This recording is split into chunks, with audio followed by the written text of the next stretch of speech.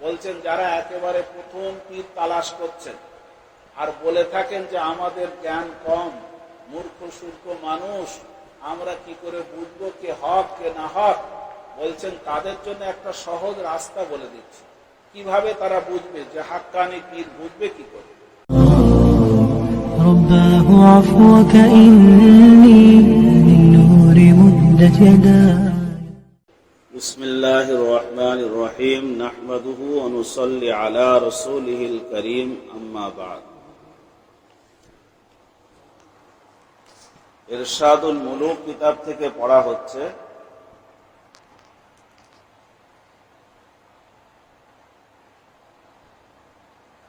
দ্বিতীয় পরিচ্ছেদ।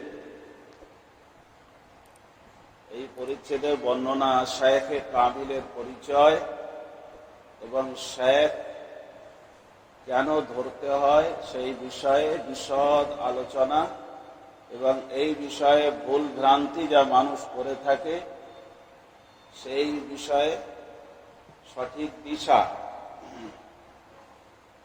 जानना चाहिए कि सालिक के लिए शायख कामिल का होना निहायत जरूरी है।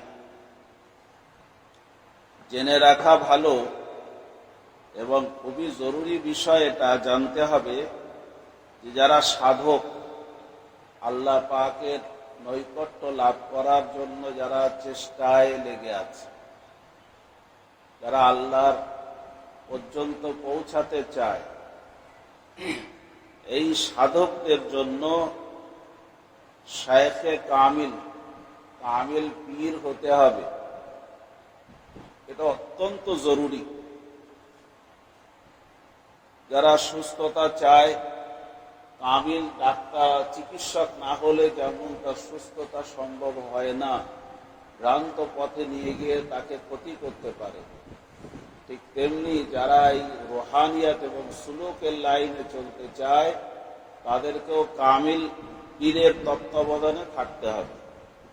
তাকে উসকে রাস্তে কা রফিক বনে, যে রাস্তায় আমি চলবো সে রাস্তা আমার অচেনা, অপরিচিত রাস্তা, তাহলে সে রাস্তায় চলতে গেলে আমার একটা পরিচিত সাথী দরকার।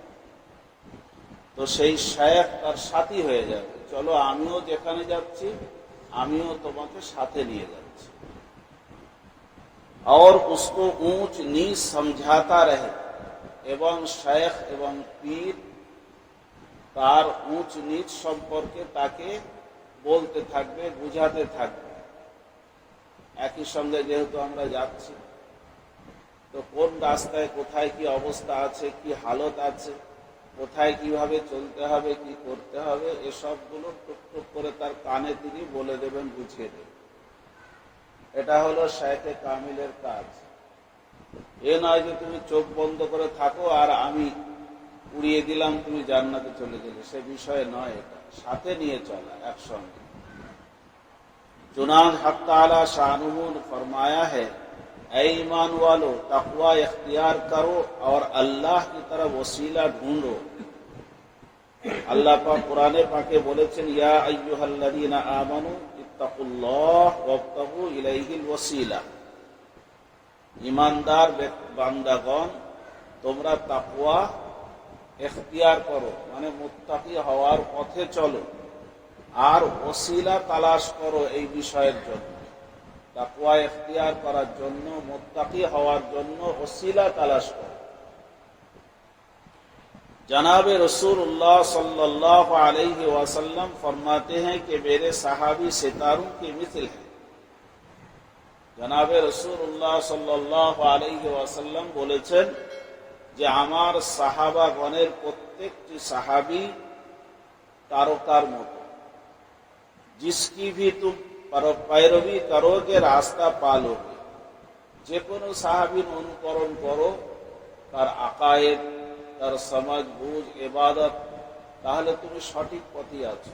আমার সাহাবী কেউ একজন তোমাকে ভ্রান্ত মতবাদ দেবে না, ভুল বুঝাবে না। আমার সাহাবারা সকলেই তোমাকে, লক্ষাধিক সাহাবায়ে কেরাম নবীজি সাল্লাল্লাহু আলাইহি ওয়াসাল্লাম তৈরি করে গেছেন এবং তাদের সম্পর্কে হুজুর নিজে সার্টিফাই করছেন, আমার সাহাবাদের মতাদর্শ কোনোদিন ভুল হবে না। তারা সঠিক পথে তোমাদেরকে নিয়ে যাবে। তাহলে এই হাদিস থেকে একটা জিনিস তো বোঝা গেল যে রাহ ইয়াবি কে লিয়ে কিসি আহলে হক কো মুক্তাদা বানানা জরুরি। হুজুর বলছেন যে আমার সাহাবাদের অনুসরণ করলে ভুল পথে যাবে না। তাহলে একা একা চলতে হুজুর মানা করলেন কি না? এর দ্বারা বোঝা গেল যে একা একা চলো না, আমার সাহাবাদের কাউকে একটা অনুসরণ করো, তাহলে তুমি সঠিকটা পাবে। তাহলে প্রতি যুগে এরকম কোন বিশিষ্ট মানুষ থাকতে হবে যার সাথে একসঙ্গে আমাকে এগিয়ে যেতে হবে, তাকে উসকি পায়রবি সে মঞ্জিলে মকসুদ তক রসাই হোক, যাতে তার সাথে থেকে তার পরামর্শ নিয়ে যেন আমরা মকসুদ এবং আমার সেই উদ্দেশ্য সেই পর্যন্ত পৌঁছাতে পারি। इमाम गजाली रहमतुल्लाह अलैह ने इहयाउल उलूम में जनाब रसूलुल्लाह सल्लल्लाहु अलैहि वसल्लम से रिवायत की है। इमाम गजाली रहमतुल्लाह अलैह इहयाउल उलूम प्रसिद्ध किताब তাতে একটি হাদিস শরীফ নকল করেছেন যে নবীজি সাল্লাল্লাহু আলাইহি ওয়াসাল্লাম ইরশাদ করেন,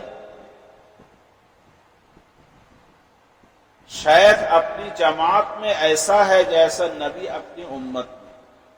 বলছেন হাক্কানি পীর তার মুরিদানদের কাছে, মানুষের কাছে বা সেই যে স্থানে তিনি আছেন সেইখানের মানুষের কাছে এমন যেমন একজন নবী তার উম্মতের কাছে। একজন নবী তার উম্মতের কাছে যেমন তিনি একমাত্র দিশা দেন, সেই সময় মানুষকে হক পথে সঠিক পথের দিশা দেন। তো যে এলাকায় হাক্কানি একজন আলেম আছেন, বুজুর্গ আছেন, শায়েখ আছেন, তিনিও এরকম মানুষকে হকের দিশা দেন। उसका मतलब यही है कि शेख कामिल नायब बनकर नबुवत की खिदमत अंजाम देता है। এই হাদিসে পাকের সার হলো এই যে কামিল পীর, কামিল শেখ তিনি নবীজি সাল্লাল্লাহু আলাইহি ওয়াসাল্লামের নায়েব হয়ে নবুয়তের সেই কাজ তিনি করেন। अपनी जमात को राह हक दिखाता और गुमराही से डराता रहता है। এবং যেখানে তিনি থাকেন সেই সময় সেই যুগের মানুষদেরকে সত্য রাস্তা এবং সৎ পথ দেখান, আর ভ্রান্ত মতবাদ, ভ্রান্ত চিন্তা ভাবনা, ভ্রান্ত ফিকহ ইত্যাদি থেকে মানুষকে সতর্ক করেন, এগুলো ভুল, এগুলো ঠিক নয়।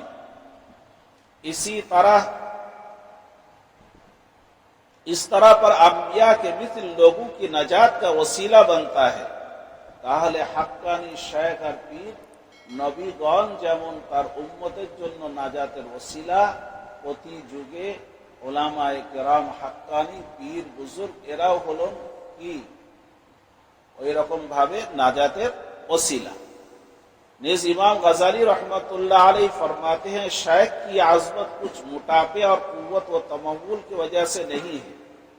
বলছেন যে পীরের এই যে আজমত আর পীরের এই যে মাহাত্ম্য বলা হচ্ছে, এ তার শরীরের মোটাপা, মানে তিনি যে কলেবরে মোটা আর খুব স্বাস্থ্যবান বা শক্তিবান বা তার অর্থ বিশাল আছে বলে তাকে প্রাধান্য দেওয়া হচ্ছে না, বলকে সামারায় আকল ও ফাহম, বরং তার বিবেক, সুষ্ঠু বুদ্ধি এবং নাজাতের রাস্তার বারবার তাজরবা করে করে সঠিক দিশা তিনি হাসিল করেছেন, সেইটাই মানুষকে দিয়ে থাকেন। এর জন্যই তাকে প্রাধান্য দেওয়া হচ্ছে।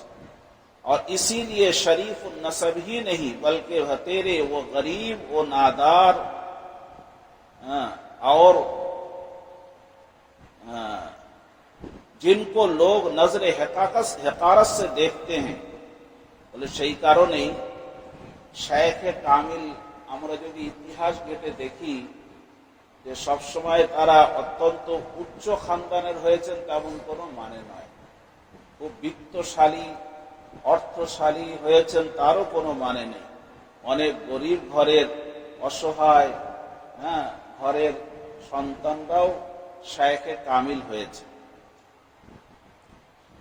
बाइज्जत मशाइख बन चुके हैं। पर शेख किसी सूरत शक्ल और किसी जात बा कौम का क्यों ना हो, मगर वो होना चाहिए जो तरीके हक पर चल रहा हो।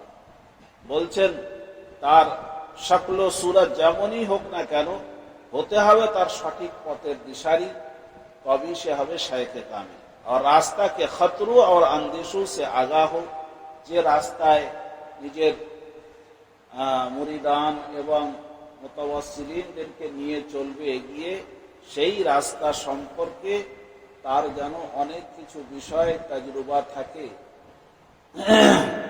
कि अपने मुरीदों को उनके नफा और नुकसान से मुत्तले करता और उनको जिताता रहे। সেই রাস্তায় কোনটা আমাদের জন্য ফলপ্রসূ আর কোনটা আমাদের জন্য ক্ষতিকর, এটা তাকে বুঝিয়ে বুঝিয়ে নিয়ে যেতে হবে।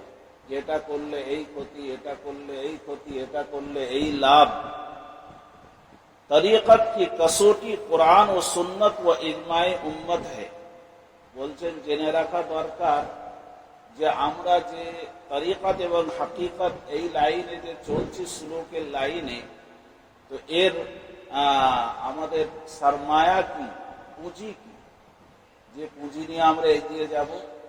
তো বলছেন কোরআনে পাক, নবীজি সাল্লাল্লাহু আলাইহি ওয়াসাল্লামের প্রিয় সুন্নাত এবং উম্মতের ইজমা, এই তিনটি হচ্ছে আমাদের কাছে বড় পুঁজি। कि जो तरीका इस मेयार पर चस्पा होकर खरा साबित हो वो मकबूल है। সুতরাং কোন শায়েখে কামিল পীর যদি কোরআন এবং নবীজির প্রিয় সুন্নাত আর ইজমার ফ্রেমে ঢেলে যদি আমাকে এগিয়ে নিয়ে যায় তাহলে তো ঠিক আছে। আর যদি তার কোনো দিশা, তার কোনো আলোচনা যদি কোরআনের মুয়াফিক না হয়, কোরআনে ঢুকছে না, তার ফ্রেমে আসছে না, কোরআনের মুয়াফিক নয়, নবীজির সুন্নত মোতাবিক নয়, ইজমায়ে উম্মতের থেকে ভিন্ন মত, তাহলে মনে করতে হবে তার সঙ্গে গেলে আমার বিপদ আছে। कि जो तरीका इस मेयार पर चस्पा होकर खरा साबित हो मकबूल है, वरना मरदूद, তা না হলে সেটাকে ফেলে দিতে হবে, সেটাকে বর্জন করতে হবে। सो ऐसे शख्स की बयात के नफा का तो क्या पूछना, सोहबत भी नेमत है। বলছেন যদি এই রকম কোন ব্যক্তি আলেম বুজুর্গ তুমি পেয়ে যাও, তাহলে তার সোহবতে থাকা তো অবশ্যই অবশ্যই তার ऐसे शख्स की বায়াত, তার সঙ্গে বায়াত করে যদি তার সঙ্গ হয়ে যাও, সাথী হয়ে যাও, তাহলে কতই তোমার উপকার হবে। বরং যদি তার সোহবতে থাকো তাও তোমার উপকার হবে। তার সংস্পর্শে থাকলে, তার আলোচনা শুনলে, তার কথা শুনলেও উপকার।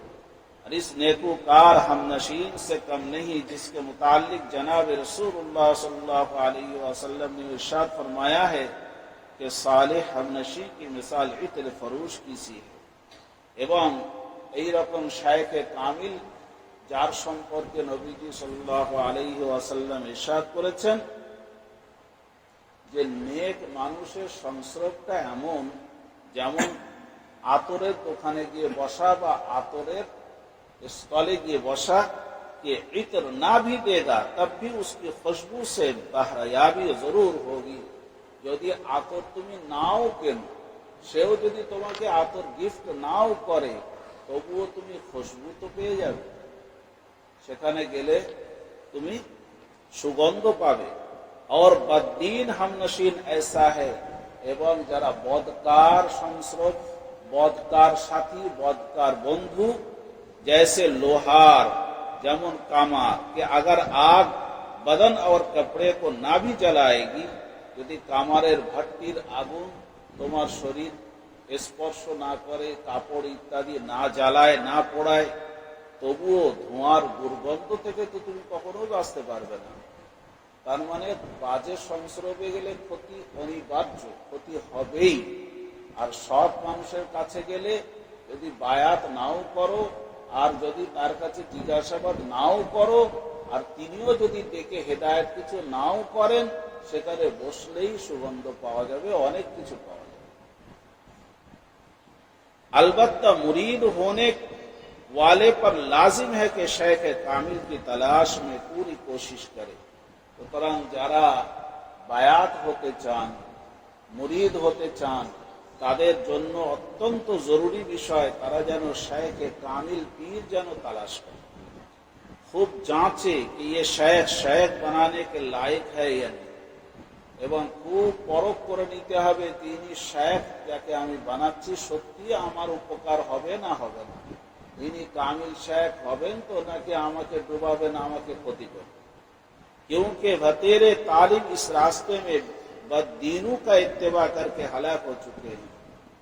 ইতিহাস বলছে যে যুগে যুগে এই ভুল পদক্ষেপ নেওয়ার জন্য মুরিদানরা অনেকেই হালাক হয়ে গেছে। মানে ভুল শেখ ধরেছে, যে শেখ উপযুক্ত না, কোরআন হাদিস মোতাবিক চলে না, তার সাথে চলতে গেলেই বিপদ। এই আমাদের ওখানে একজন শোনাচ্ছিলেন যে এক শায়েখের কাছে তিনি গিয়েছেন, অনেক কথা রুহানিয়াত নিকাত অনেক কিছু বলছেন, সব ঠিক আছে, কিন্তু মাগরিবের নামাজ ওয়াক্ত হয়ে গেল, তো উনি বলছেন যে আমরা তো নামাজ পড়লাম, উনি নিজের জায়গা থেকে ওঠেননি, গোটা মাগরিবের সময়টা নিজের জায়গাতেই উনি বসে থাকেন। নামাজ কি করে মাফ হয়ে গেল? নবীজি সাল্লাল্লাহু আলাইহি সাল্লাম অসুস্থ অবস্থাতেই শেখ জামানা পর্যন্ত নামাজ পড়েছে। তাহলে সেখানে যতই সে রহস্যের কথা বলুক, যাই বলুক, সেখানে যাওয়া যাবে?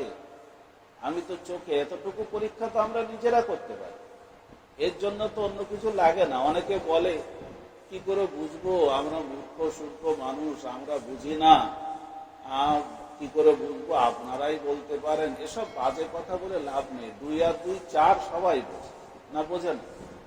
এতটুকু তো সবাই বোঝে। দোকানে গিয়ে তো দুটো দাম কেউ দেয় না, এতটুকু তো সবাই বোঝে যে একটা জিনিস কিনেছি একটাই দাম দিতে হয়। এই সরল কথাগুলো তো সবাই বোঝে।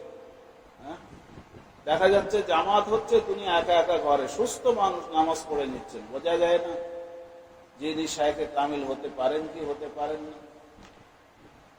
এদিকে জামাত হচ্ছে, উনি ইল্লাল্লাহ জিকির করছেন আপনার পীর সাহেব, বুঝতে পারেন না যে তিনি শরীয়ত মোতাবিক চলছেন না কি চলছেন। তার নামাজ দেখলে বোঝা যায় না যে তার নামাজের হালতটা কি। আমার হযরত একটা ঘটনা বলেছিলেন, কোন এক মুরিদান তার বুজুর্গ তার পীরকে বলছে যে অমুক জায়গা হুজুর একটা বড় পীর সাহেব আছে, চলুন মোলাকাত করে আসি। তো সেখানে এক পাহাড়ের গুহা, পীরের সঙ্গে তো দেখা হলো না। কাছাকাছি গিয়ে যে জায়গা উনি নামাজ পড়েন সেই জায়গাটা পরখ করে দেখলেন, আলেম বুজুর্গ মানুষ, যে এইভাবে হাতগুলো আছে বাঘের খাবার, অথচ সাজদায় হাত রাখার নিয়ম হচ্ছে এইভাবে, আর তার হাতের দাগ আছে পাথরের উপরে এইভাবে। উনি বললেন যে চলো, আর এখানে দেখা করার প্রয়োজন নেই, গুমরাহির জায়গায়, এখানে কোনো রাস্তা পাবে, কারণ তার নামাজই সুন্নত তরিকার খেলা। তুমি তার কাছ থেকে কি পাবে, তোমাকে কি দিশা দেবে? হ্যাঁ, এবং পাও বা হাত এইভাবে সোজা কেবলামুখীও নেই, ঘুরে আছে, সব সুন্নতের খেলা। এই জন্যে পরখ করতে হবে। বলকে সচ পুছো তো ইস রাস্তে মে আকসর বরবাদি সির্ফ উসি কি বদৌলত আতি হ্যায়। বলে এই পীরতত্ত্বের এই সমস্ত পীর মুরিদের লাইনে বেশিরভাগ হালাকাতি আর বেশিরভাগ সর্বনাশ হয়েছে যারা মাহির না, এই রাস্তার কামিল না, এরকম অসৎ মানুষকে পীর বানানোর জন্য। শায়েখে কামিল কে তালাশ পুরি নেহি করতে হক তাআলা শানু ফরমাতে हैं। বলছেন অনেকে তালাশ করে না, শায়েখে কামিল খোঁজেও না, শায়েখে কামিল বোঝার চেষ্টাও করে না। আল্লাহ পাক ইরশাদ করেন, ইন্নাল্লাহা ওয়া'আদাকুম ওয়া'দাল হক ওয়া ওয়া'আদতুকুম ফাখলাফতুম ফালা তালুমুনি ওয়ালুমু আনফুসাকুম। जब जन्नती जन्नत में और दोज़खी दोज़ख में चले जाएंगे, বলছেন জান্নাতীরা যখন আল্লাহ পাকের দয়ায় জান্নাতে পৌঁছে যাবে, আর আল্লাহ পাকের ক্রোধে জাহান্নামীরা জাহান্নামে পৌঁছে যাবে, तो शैतान पुकार कर कहेगा, ऐ लोगो, अल्लाह ताला ने तुमसे एक वादा किया था। জাহান্নামীদেরকে ডেকে শয়তান ইবলিস বলবে, কি বলবে? এই শোনো সকলে, আল্লাহ পাক তোমাদের সঙ্গে একটা ওয়াদা নিয়েছিলেন कि नेक काम करोगे तो जन्नत मिलेगी। আল্লাহ পাক অনেক কোরআন শরীফের আয়াতে তোমাদেরকে বুঝিয়েছেন নেক কাজ করলে জান্নাত পাবে। और रसूलों का कहना না মানোগে তো জাহান্নাম মে যাওগে। আমার রসুলের পথ যদি তোমরা না মানো, তার দিশা না শোনো, না নাও, তাহলে জাহান্নামে যাবে। ये तो अल्लाह पाकेर वादा सच्चा वादा ছিল তোমাদের সঙ্গে। और एक वादा झूठा था जो मैंने भी किया था, আর একটা মিথ্যা ওয়াদা তোমাদের সঙ্গে আমি করেছিলাম তোমাদের জীবনে, कि कैद शरीयत से आजाद बनोगे तो मजे में रहोगे। আমি তোমাদের বুঝিয়েছিলাম অত নামাজ কালাম পড়লে হবে না রে, অনেক কষ্টের মধ্যে থাকবি, ওসব ছেড়ে ছুড়ে দিয়ে আরামে থাকবি। শরীয়তের পাবন্দিতে থাকলে কষ্ট হবে, আর একটু শরীয়ত থেকে আড়ালে থাকলে অনেক আরাম হবে। ফুর্তি করতে পারবি, যা ইচ্ছা তাই দেখতে পারবি, যা ইচ্ছা তাই বলতে পারবি, যেখানে ইচ্ছে সেখানে যেতে পারবি, মজা লুটতে পারবি। এটা আমি তোমাদের বুঝিয়েছিলাম। আর হাসর ও হিসাব ও কিতাব কি কিস্সোं में पढ़ोगे तो मुफलिस ও নাদার ও জলিল ও খার बनोगे।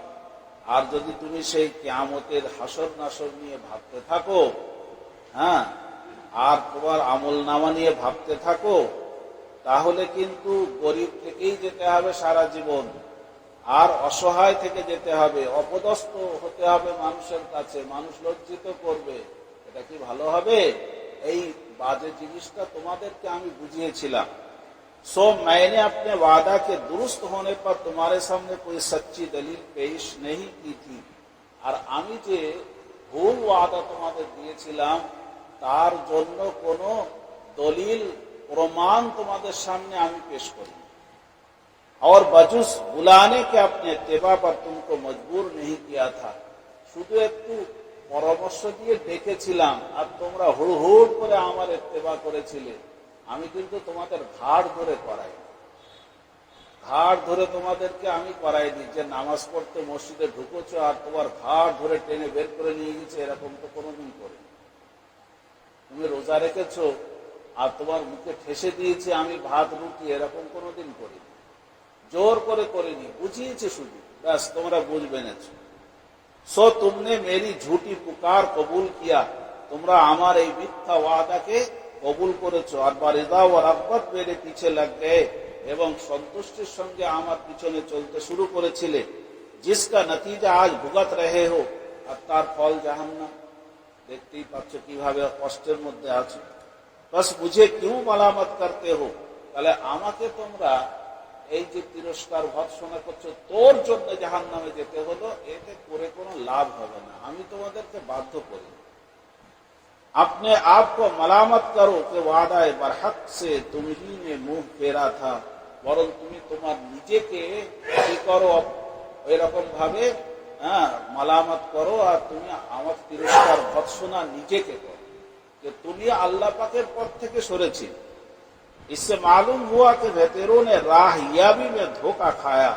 এর দ্বারা বোঝা গেল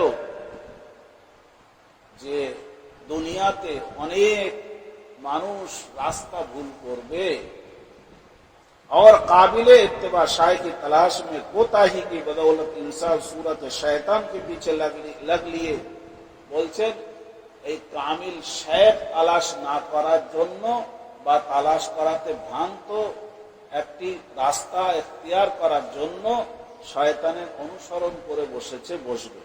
जिसकी नदामत कियामत के दिन उठानी पड़ी, যার জন্য কিয়ামতে কতটা তাকে কষ্ট পেতে হলো। और इस वक्त नदामत से बजुज परेशानी और अफसोस के कुछ नहीं। আর এখন যদি এসে কেউ কি করে, আখিরাতে জাহান্নামে যাওয়ার পরে যদি সে অনুতপ্ত হয়, সেই অনুতপ্ত হওয়ার কোনো মানে নেই, বেকার। তখন অনুতপ্ত হয়ে কি হবে? যখন প্রয়োজন ছিল তখন তো তুমি হও। जनाब रसूलुल्लाह सल्लल्लाहु अलैहि वसल्लम फरमाते हैं, किसी का जाहिरी इस्लाम तुमको मसरूर न बनाए जब तक कि उसकी कल्बी हालत और अकीदे से पूरी वाकफियत हासिल न कर लो। नबीजी सल्लल्लाहु अलैहि वसल्लम बोले যে কারোর বাহ্যিক ইসলামিক কাজকর্ম, ইসলামী আমল দেখে যেন তুমি তার উপরে ভক্ত হয়ে যেও না, বরং তার দিলের হালত এবং তার আকীদা সম্পর্কে খোঁজ খবর নাও, লোকটা কেমন। হযরত শেখ আশরাফ আলী থানভী রাদিয়াল্লাহু মারকাদাহু, একজন আলিম তার কাছে বায়াত হতে চাচ্ছে, বারবার উনি নিষেধ করছেন, সে জিদ করছে যে হুজুর না হলে হবে না। শেষ বেশ রাজি হলেন আর বললেন যে হ্যাঁ আমি রাজি আছি কয়েকটা শর্তের উপর। 1 নম্বর হলো অমুক অমুক কিতাবটা তুমি আহলে সুন্নাত ওয়াল জামাত আলেম ছাড়া গুমরাহ আলেমের কাছে পড়েছো, সেই কিতাবটা আবার তোমাকে আহলে সুন্নাত ওয়াল জামাত আলেমের কাছে পড়তে হবে। কিতাব একই, কিন্তু গুমরাহ লোকের কাছে পড়ার জন্য ভুল বুঝিয়েছে, সেই বুঝটা তোমার মাথায় আছে, তুমি হাক্কানি আলেম হতে পারবে না। এই ভুলটা সংশোধন করার জন্য ওই কিতাবগুলো আবার হাক্কানি আহলে সুন্নাত ওয়াল জামাতের আলেমের কাছে তোমাকে পড়তে হবে। দ্বিতীয় বললেন তোমার কোরআন সহি নেই, তোমার কোরআন তেলাওয়াত সহি করতে হবে। এরকম কয়েকটি বিষয়ে তিনি সতর্ক করলেন, তারপরে বায়াত করলেন।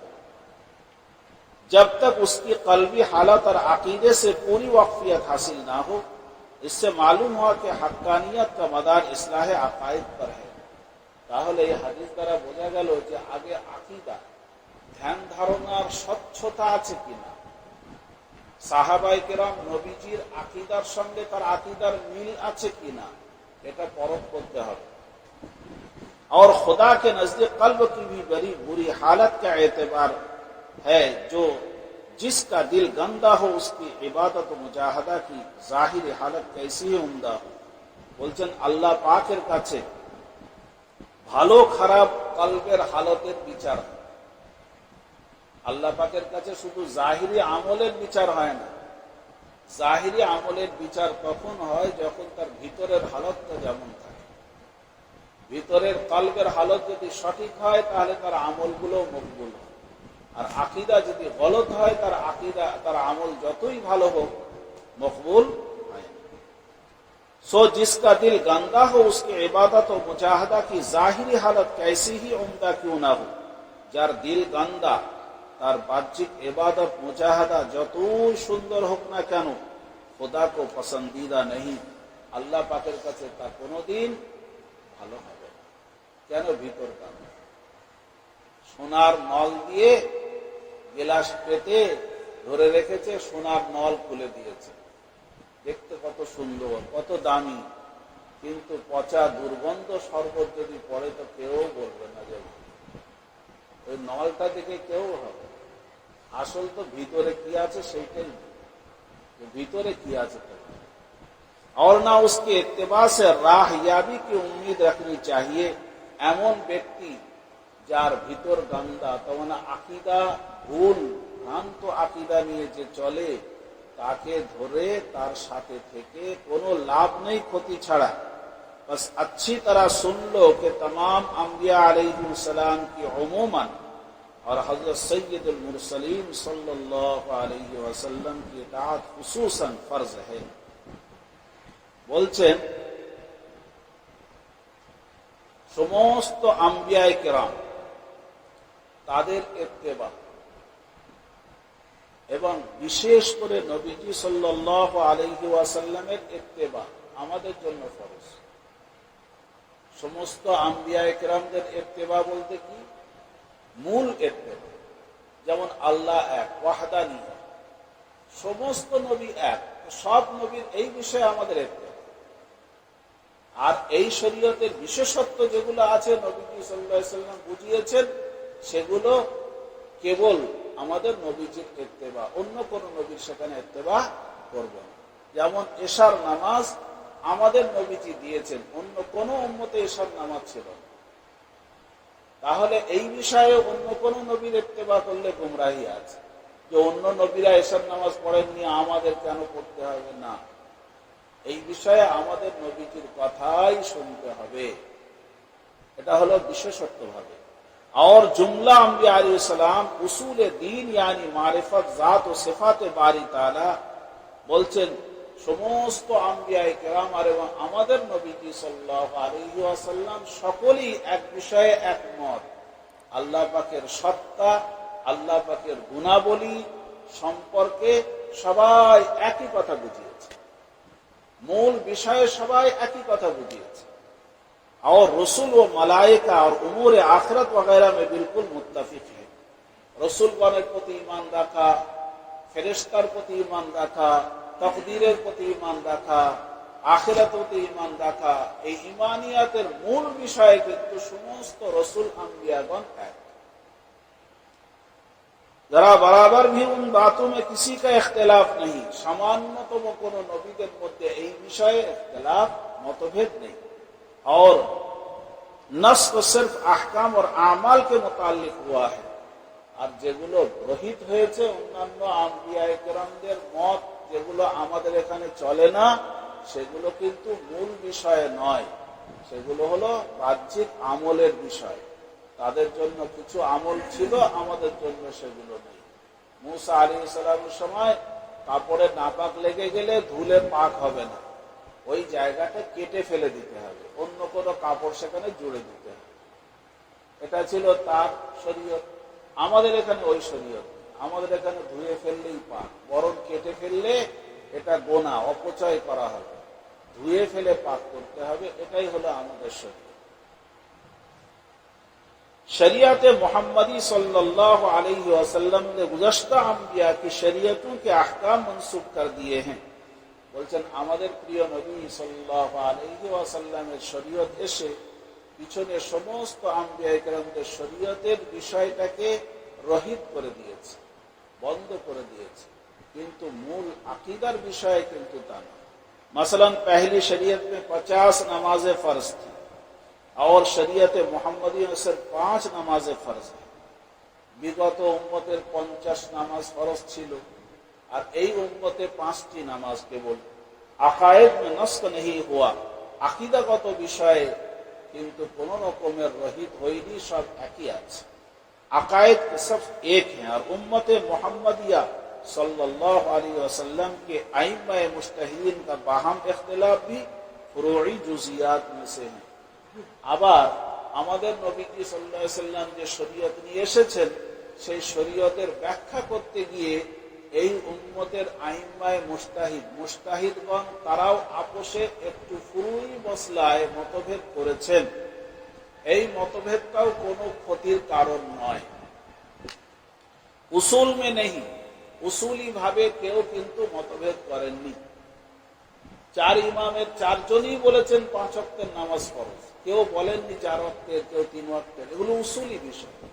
মাহে রমজানের রোজা কেউ বলেননি যে 19টা করলে হবে, সবাই বলেছেন পুরো মাস করতে হবে, এটা উসুল।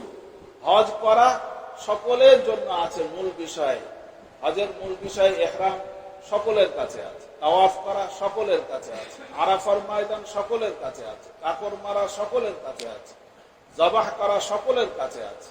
কিন্তু সুন্নত তরিকার মধ্যে কিছু কিছু হেরফের আছে, ওটা হাদিস কোরআনের की व्याख्या बुझते गए जे जेमन बुझेছে। क्योंकि चारों हजरात में अकायद के अलावा आमाल शरइया के उसूल भी मुत्तहिद है। ये 4 इमाम আছেন আমাদের মুজতাহিদ, তাদের আকীদাগত বিষয়ে ছাড়া শরীয়তের আমলের উসুলে কিন্তু সবাই এক, তার মানে ভিত সকলের এক। 5 নামাজে सबके नजदीक फर्ज हैं, সবার কাছে 5 ওয়াক্তের নামাজ ফরজ। 4 इमामें क्यों अस्वीकार करेंगे।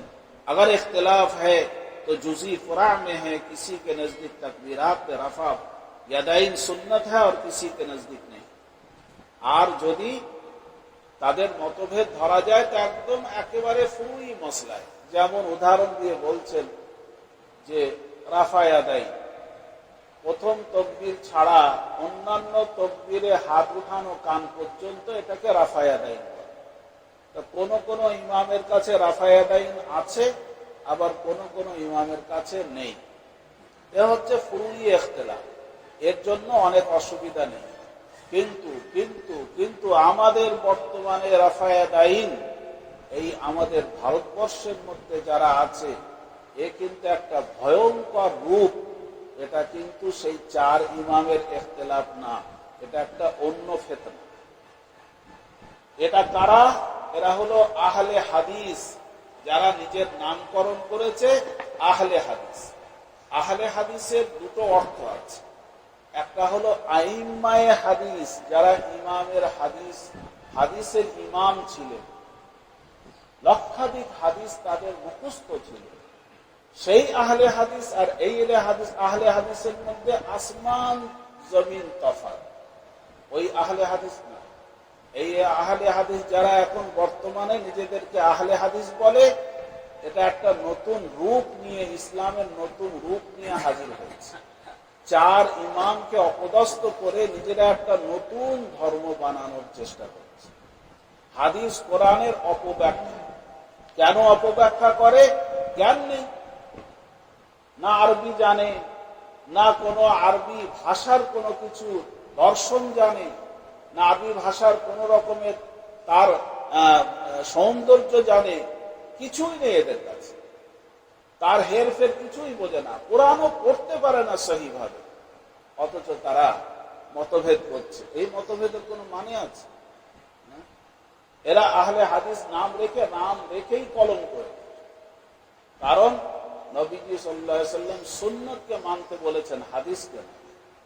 অনেক হাদিস আছে যেগুলো মানা যায় না, সেগুলো মানলে বরং অসুবিধা আছে।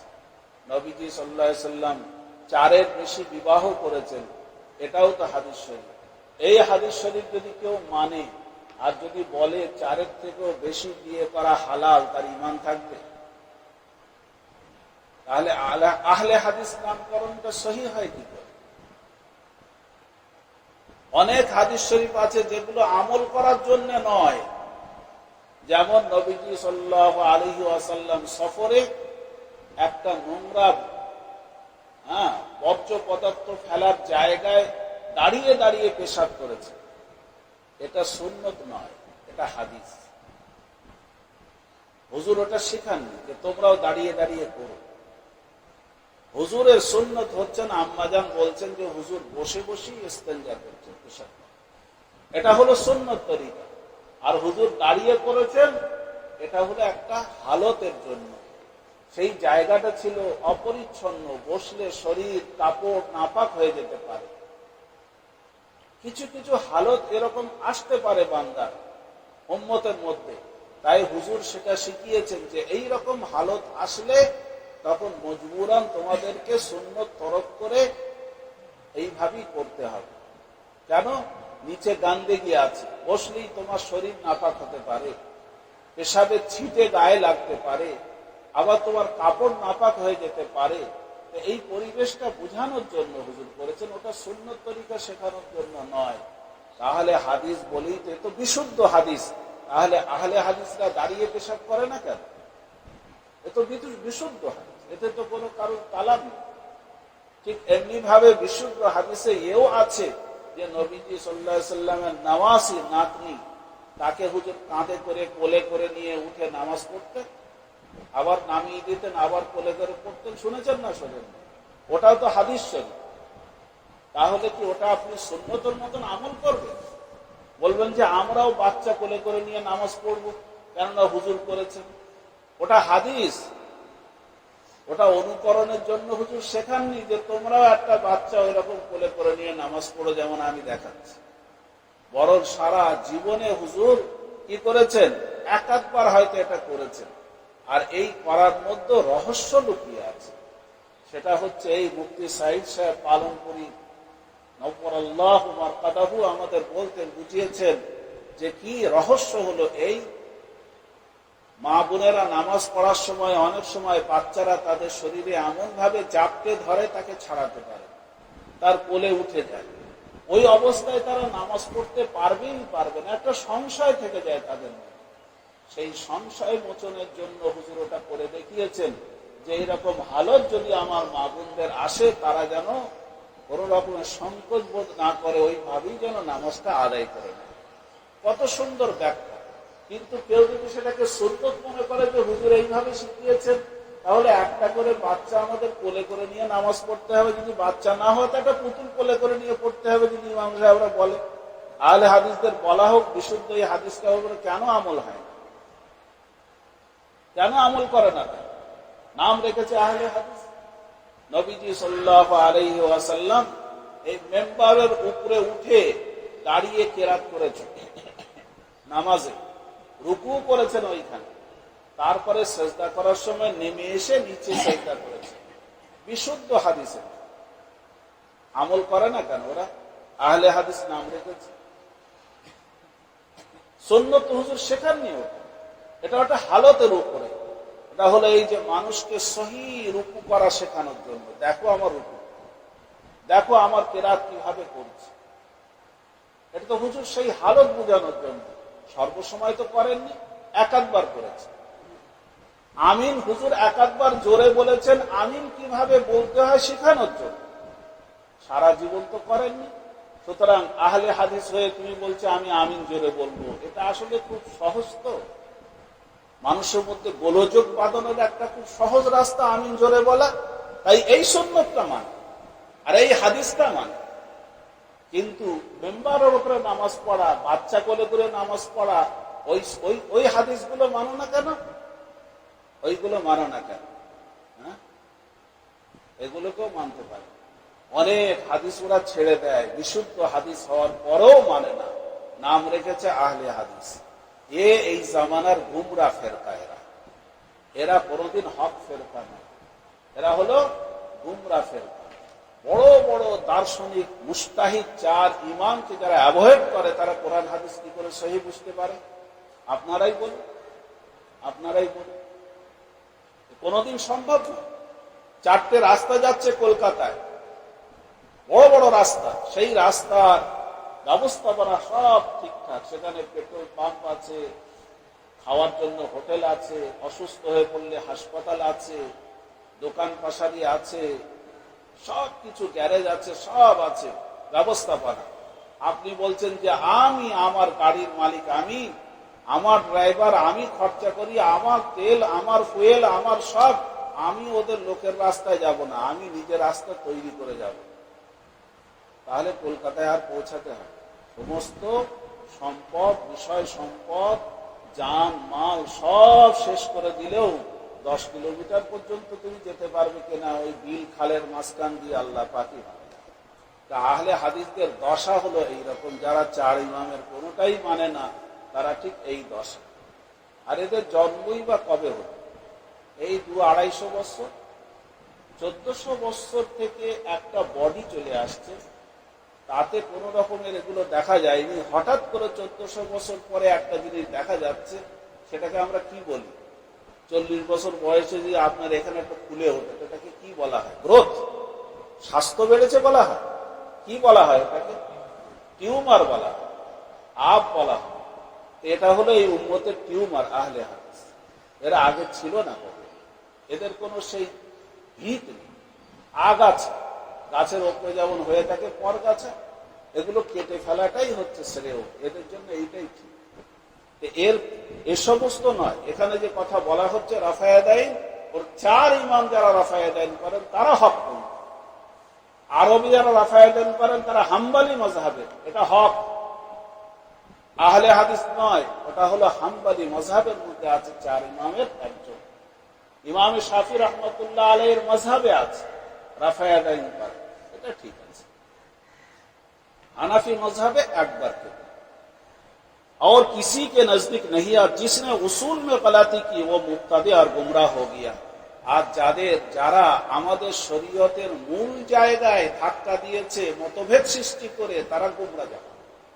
সেটা হলো আকীদা কিংবা নামাজ রোজা ইত্যাদির মধ্যে, হারাম হালালের মধ্যে যারা মতভেদ সৃষ্টি করেছে, তারা হলো ভ্রান্ত মতবাদ। और इस गुमराही से नाजात मिलना किताब व सुन्नत और इजमा उम्मत का इत्तिबा किए बगैर नामुमकिन है।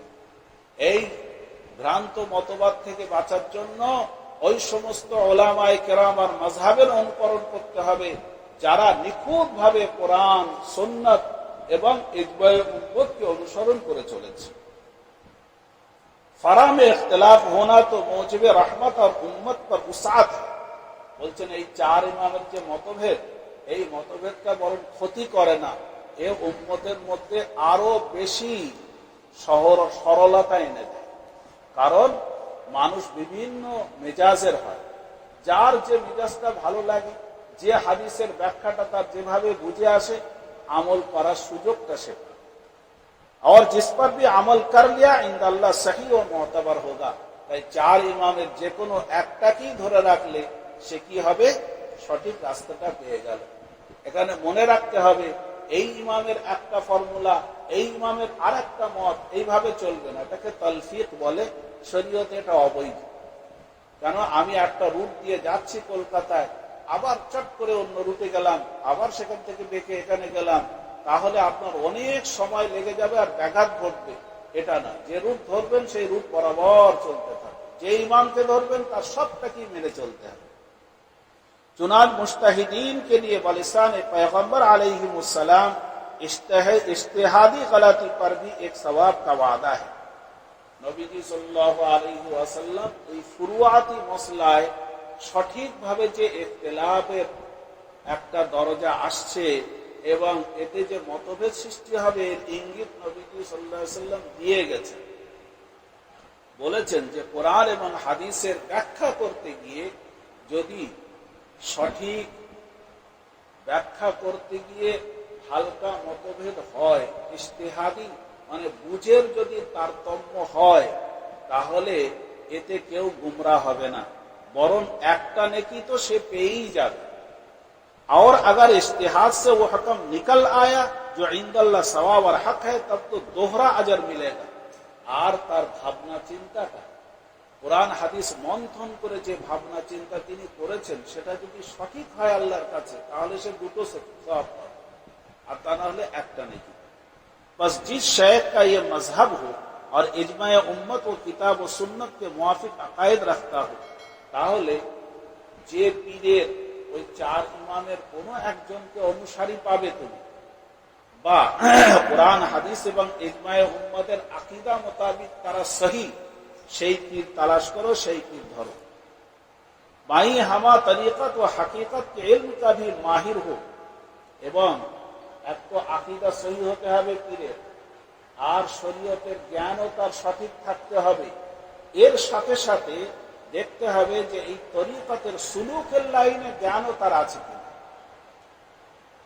ও বেশক শেখ বানানে কে কাবিল है, যদি এই সুলুকের লাইনেও যদি তার জ্ঞান থাকে, তাহলে তাকে পীর মানতে কোনো দ্বিধা করো না। और मुक्तदी तालिब को उसकी हक्कानियत और महारत का हाल, उसके मुरूदों के हालत और हम असर सिका दीनदार लोगों की जबानों से दरियाफ्त करना चाहिए। বলছেন যারা একেবারে প্রথম পীর তালাশ করছেন আর বলে থাকেন যে আমাদের জ্ঞান কম, মূর্খ সূর্খ মানুষ, আমরা কি করে বুঝবো কে হক কে না হক, বলছেন তাদের জন্য একটা সহজ রাস্তা বলে দিচ্ছি। কিভাবে তারা বুঝবে যে হাক্কানি পীর, বুঝবে কি করে? বলছেন কোন পীরের যারা মুরিদান আছেন তাদের হালতটাকে তুমি দেখার চেষ্টা করো, তাদের উন্নতি হচ্ছে না অবনতি হচ্ছে, তারা আরো দিনদার হচ্ছে না বদদিনের দিকে যাচ্ছে। এবং তোমার সেই যুগে অন্য কোন দিনদার আলেম তবকা তাদের জবানে জিজ্ঞাসা করে দেখতে পারো যে অমুক ব্যক্তিটি কেমন, তাকে পীর বানানো যেতে পারে কিনা, তারা বলতে পারে। उनके मुरीदों के दीन की पुख्तगी इत्तिबाए शरीयत में क्या हालत है, सुलाहाए जमाना उसके मुताल्लिक क्या कहते हैं, নেককার মানুষগণ তার সম্পর্কে কি ধ্যান ধারণা রাখেন, এগুলো আমাদের শুনতে বুঝতে হবে। সো আগার ওলামায়ে ওয়াক্ত উস পর মুতারিজ না हो, বলছেন সেই যুগের আলেমরা যদি তার সম্পর্কে কোনো আপত্তি না করে, बल्कि बाज अहले इल्म और समझदार सुलाहा और बूढ़े जवान अहले दानिश उससे फैज़याब होते हैं। বলছেন কিছু ওলামারাও তার সাথে বায়াত হয়ে কাজ করছেন, কিংবা কিছু জওয়ান বয়স্ক মানুষ তারা তার সাথে বায়াত হয়ে তারা উপকৃত হচ্ছেন, এরকম যদি তুমি দেখতে পারো। और तरीक़ा तो हकीकत में मुस्तनद तस्लीम करते हो, এবং ওলামায়ে কেরামরা বলেন যে তরিকতের লাইনেও উনি সনদ প্রাপ্ত, এরকম যদি তুমি জানো তো समझ लेना चाहिए कि अगर हकीकत व राह हक का माहिर है, তাহলে মোটামুটি তিনি হচ্ছেন এই সত্য রাস্তার একজন দক্ষ ব্যক্তি। বাস इसका दामन पकड़ लेना चाहिए, তাহলে সঙ্গে সঙ্গেই তার দামান ধরে ফেলো যে ভাই আপনি যাচ্ছেন আমাকেও সাথে নিয়ে চলেন, আপনি যাচ্ছেন আমাকেও সাথে নিয়ে চলেন, তার হাতে বায়াত হয়ে যাও।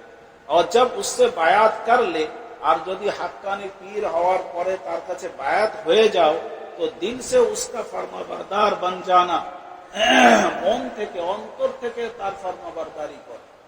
এ নয় যে বাহ্যিক হুজুরের খুব সম্মান করলাম আর ভিতরে ভিতরে হুজুরের প্রতি কোনো আমার ভক্তি নেই।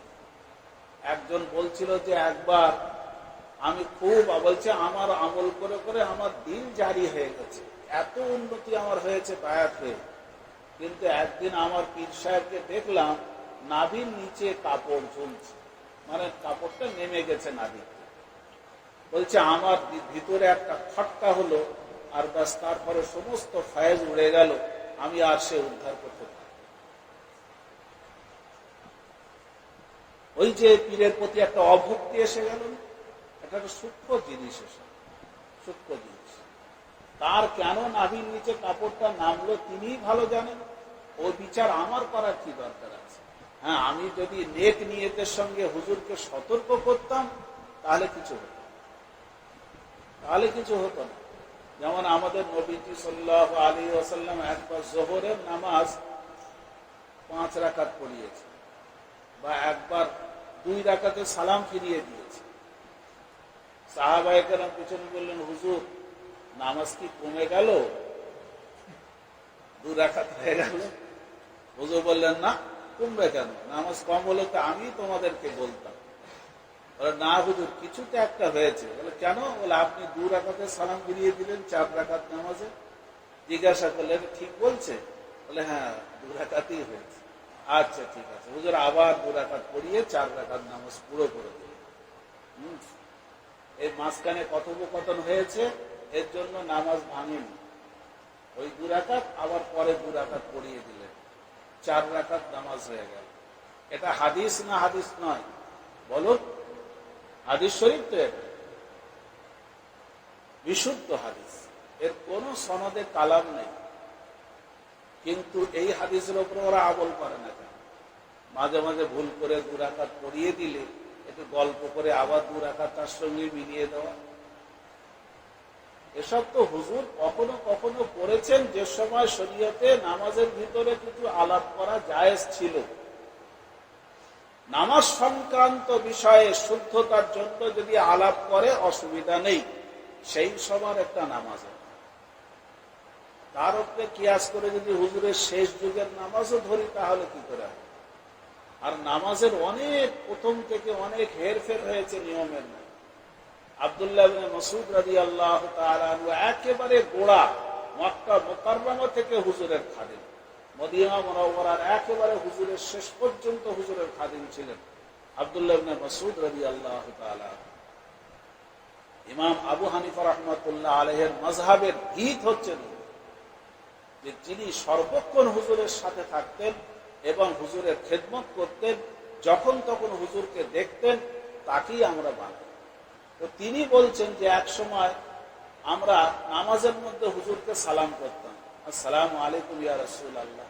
হুজুর সালামের উত্তর দিতেন, ওয়া আলাইকুম আসসালাম ওয়া রাহমাতুল্লাহ। কিন্তু আমি হাবশাতে গিয়ে যখন ফিরে এসে হুজুরের নামাজের হালতে সালাম করলাম, হুজুর উত্তর দেন। আমি ভাবলাম হুজুর নিশ্চয় রাগ করেছেন, হুজুরের কষ্ট হয়েছে। কি জানি হুজুর কেন কষ্ট পেলেন, আমি কি ক্ষতি করলাম, হুজুরের কি বেয়াদবি করলাম। এই 7 পাল ভাবতে ভাবতে হুজুরের নামাজ শেষ হয়ে গেল। হুজুর ওয়া আলাইকুম আসসালাম বললেন, আর বললেন, জানো নামাজের মধ্যে আগের মতন আর হুকুম নেই, নামাজের মধ্যে আর আলাপ করা, কথাবার্তা এইভাবে বলা চলে না। এই জন্য আল্লাহ নিষেধ করে দিয়েছে। নামাজ কালে উন্নতি হচ্ছে না? হচ্ছে। নামাজের মধ্যে অনেক কিছু আগে চলতো যেগুলো এখন আর চলছে না। শেষ যুগে হুজুর বলেছেন যে না, এইভাবে নামাজ কোনো, হ্যাঁ, তোমরা নামাজের মধ্যে চুপচাপ খামোশ থাকবে, যত নীরবতা থাকবে, যত হরকত কম হবে, ততই আল্লাহর কাছে পছন্দ নামাজ। হ্যাঁ, নামাজের মধ্যে তাহলে দেখা যাচ্ছে বারবার হাত তোলার থেকে একবার হাত তোলার মধ্যে নড়াচড়া কম, নীরবতাও কম, আমিন আসতে বলাই নীরবতা ইত্যাদি। সেই দিকে লক্ষ্য করে ইমাম আবু হানিফা রাহমাতুল্লাহ আলাইহি যে নামাজ সেট করে আমাদেরকে দিয়েছেন, এটাই হলো সুন্দর নামাজ। এর মধ্যে আর ভ্রান্ত মতভেদ করার কোনো প্রয়োজন নেই। तौहीद मतलब अच्छा दिल से उसका फरमाबरदार बन जाना, অন্তর থেকে মন থেকে সেই হাক্কানি পীরের ফরমাবরদারি করো, তাহলে এবার তোমার উপকার হতে থাকবে। और तौहीद मतलब के साथ उसके इताअत का हल्का कान में पहन लेना चाहिए, हल्का कान में पहन लेना चाहिए। বলছেন তৌহিদে মতলবের বিষয়টাকে মাথায় রেখে, তৌহিদে মতলব মানে আমার পীর একজন, আমার পীর একজন। তৌহিদ যেমন আল্লাহ আমার এক, রসুল আমার এক, কিতাব আমার এক, মাযহাব আমার এক, পীরও আমার এক। আপনি বোম্বে যাচ্ছেন, রাস্তা চেনেন না, দুটো পীর ধরলেন, কি হবে? একটা পীর বলবে এখানে নামা যাবে না, একদম নামা যাবে না। একদম বলছি যা না, এই তুই এখন 8 ঘন্টা দাঁড়াবে, তুই যা পানি নিয়ে যা। দুই পীর দুরকম কথা, কি অবস্থা সৃষ্টি হয়? পীর ধরবে তো একটা পীর, একটা পীরই তোমাকে সহি রাস্তা বাতলিয়ে নিয়ে যাবে। এটাকে বলা হয় তৌহিদে মতলব। আর যদি পীর ভিন্ন ভিন্ন হয়, তাহলে শয়তানের পায়ের ফুটবল হবে। হযরত বলতে, আমার হযরত পায়ের ফুটবল হবে। 1 মাস এই পীরের কাছে, আর 1 মাস ওই পীরের কাছে, আর 1 মাস ওই পীরের কাছে, সব পীরের সঙ্গে সুসম্পর্ক রেখে চলছে। কার হেদায়েত মানবে? কে কিভাবে তাকে চিকিৎসা করবে? অসুস্থ ব্যক্তি এই ডাক্তারের কাছে 1 মাস ওষুধ খায়, পরের মাসে ও বেশি পয়সা নিচ্ছে আর একজনের কাছে, তিনি আবার গোড়ার থেকে শুরু করলেন আর একজনের কাছে। কি অবস্থা হয়? একটা স্কুলে পড়বে না, এখানে 1 মাস পড়ে আর একটা স্কুলে ভর্তি হয়, সবাই গোড়ার থেকে আবার ধরাবে। তো ক্লাস 1ই সারা জীবন থাকতে হয়, আর ফুটবল হয়ে থাকতে হয়, কখনো এ পা থেকে ও পা, ও পা থেকে ও পা। এই জন্য তৌহিদে মতলব, যাকে ধরেছো হাক্কানি যদি হয়, তার সেখান থেকে আর সরো না।